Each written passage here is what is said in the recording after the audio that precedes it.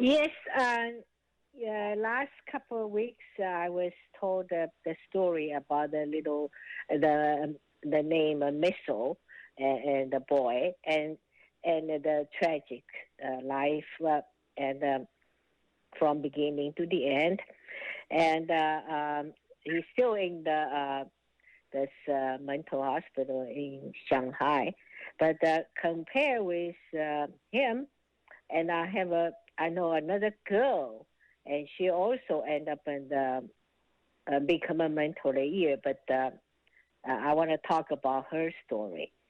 Her name is Lily. Um, I first time I saw Lily, and she was this. She's from Beijing, and we are not in the same village, but in different. They call commune. So she's in different commune, but it's from Beijing. And the first time I saw her, she was this was propaganda performing group. They singing the song and to praising the Mao and to show the loyalty to the Chinese CCP, and so that kind of performing group. And she's a very pretty girl, and she can sing and dance, and also and seems like she's a very happy girl. That's the impression I got. And then after a couple of years, the people told me because she was kind of outstanding looking and also the talented. So in that propaganda and performing group, and everybody so focused on her. So everybody want to know what happened to her, what about her. And people told me she's from Beijing. Her mother is a ballet dancer. And then her father is first violinist in the Beijing symphony. So they from musician and dancers family. And so seems like it's very nice family. She should have a pretty happy life, right? But anyway, a couple of years later, they told me, and she was mentally disturbed and cannot be in this performing group. So they kick her out and send her back to the village. And what happened is I tried to find out later. Somebody told me what happened to her is because her parents both died in the camp. They also sent her to other different labor camps at that time. And the father was being tortured. They were breaking his finger, so he's not able to play violin anymore.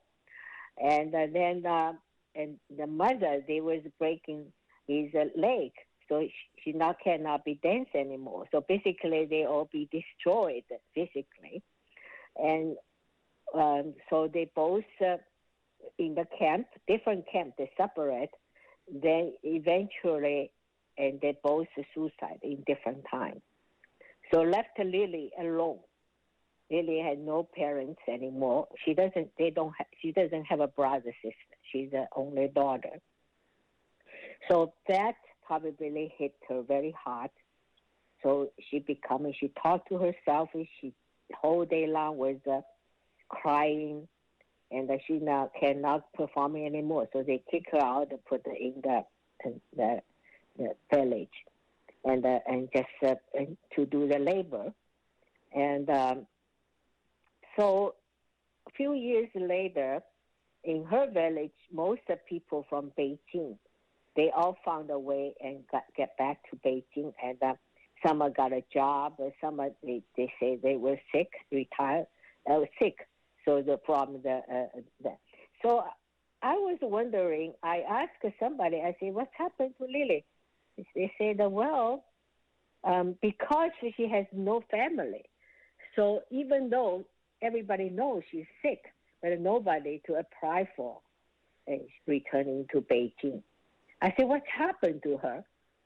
And nobody tell me anything until I came into United States 1982, and then for 1985 or six, and one of the boy I went to the commute with, and he sent me a copy of the book. He said that book was very touching.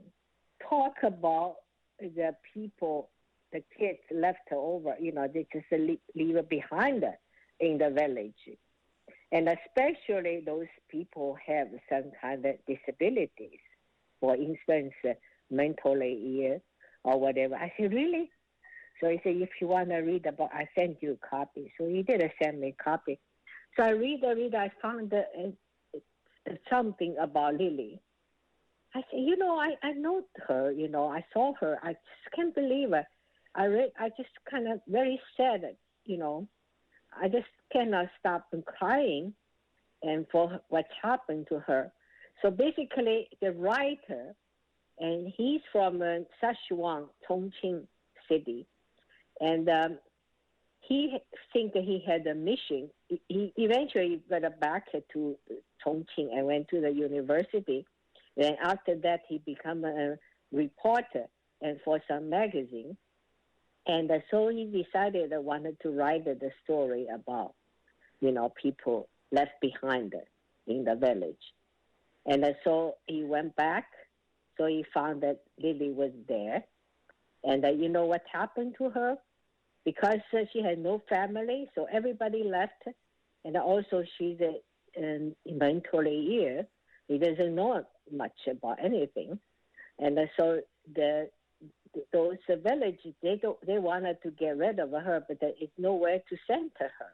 You cannot send her back to Beijing because Beijing said that your family not apply for her disability, and they're not going to accept.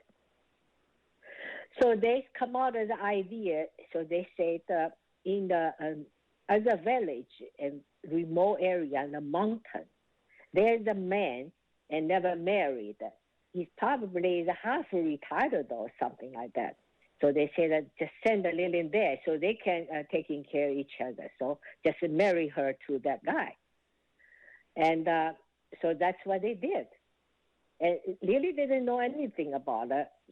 I don't even know that time. And she understands marriage or anything. Basically, she understands that it's forcefully to send her to some strange man. And I read that the book is talking about, and that guy went the mountain village to looking for her, and some neighbors say that when Lilly got there, and that was every night they listened to, she was screaming, and the guy was abuse her or physically or sexually or whatever. And so it's pretty sad, but nobody do anything, to protect her or to whatever. And so I think probably 2 years later, and she was pregnant, had the baby. And from that on, and she quieted down a little bit, and but they said that she just, when she hold the baby, she look at the baby, and she just have a little bit of, space out, just probably happy moments or whatever, and think about her own childhood or whatever, And so the writer, and she found her, and but they couldn't have any conversation because asked her who you are, what's your name, where you're from. She doesn't know anything. Just shake her hand, and then talking about her kids. That time she had 3 kids already, and she just and pointing out the kids and look at them, and it seems like she has some kind of happiness. And that writer, he's just not a writer, he also a painter. So he painted her and the poetry. And I think it went back and had some kind of exhibition in Chongqing and in the Beijing. But they don't let him to show that painting about this woman. And interesting enough, I think it was a year 2008, right after the Olympic, I went to Beijing. And I just want to look at they were talking about is the biggest thing ever happened in China, and they built a lot of beautiful buildings, some are bird nest, some are crystal cube or some for swimming. It basically is a very, those things, structure was unbelievable. Also, the opera house was under the water or something like that. So I went to look at that. Somehow, I went to one of a museum, and they have those sculptures and also some exhibition about the sandang use, which was that up to mountain, down to village, that they call in Chinese words zhiqing. This is sandang students use, right? And they had that exhibition.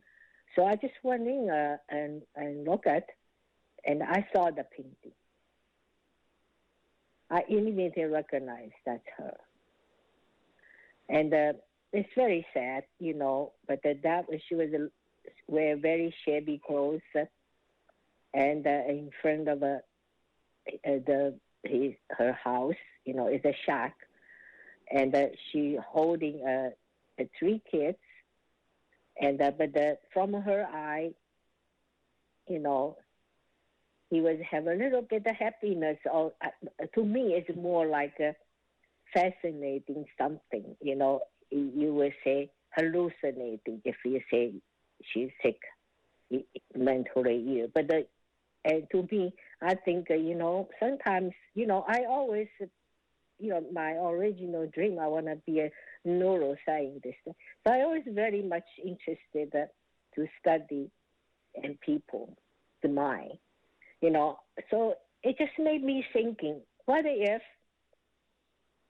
people cannot accept the realities. Reality is too sad, that life is too suffering. So maybe it's the best way to becoming a so-called mentally ill. You can at least live in your own world and forever, because you disconnect yourself to the reality. So probably that's the way in God's compensation and for people. That's just my own opinion, my own thoughts. So at least she can live in her own world, not be suffering. And at least she had 3 kids. When she looked at that, that's her kid. And she probably thinking about her childhood, her parents, and it's very sad story, but, and so compared with Missile, I think Missile still is a much better life. At least right now he's still aware about lots of things. And he understands that, he lost a family. That's it. That's all his life. That's what he's missing the whole life. And for this girl, I think also I hope she always and can hallucinating and live disconnected from this world and live in her own world probably is much better. That's what I thought. So that's the story about Lilly.